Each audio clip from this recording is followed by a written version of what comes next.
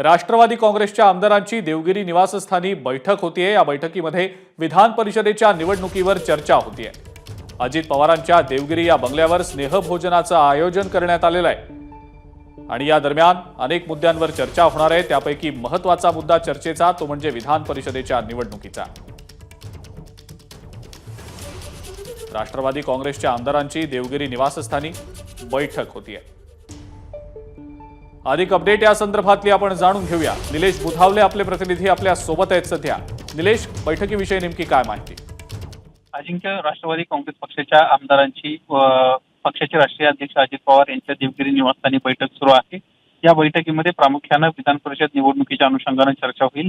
आजच राष्ट्रवादी काँग्रेस पक्षाच्या वतीने शिवाजी कर्जे आणि राजेश विटेकर या दोन उमेदवारांनी आपला विधान परिषदेचा अर्ज भरलेला आहे। त्यामुळे या निवडणुकीच्या अनुषंगाने आजच्या बैठकीत चर्चा होईल।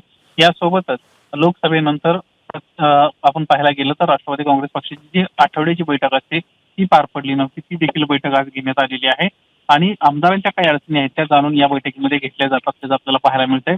यासोबतच स्नेहभोजनाचं देखील या ठिकाणी आयोजन करण्यात आलं। ठीक आहे निलेश, धन्यवाद सविस्तर माहिती दिली त्याबद्दल। एबीपी माझा, उघडा डोळे बघा नीट।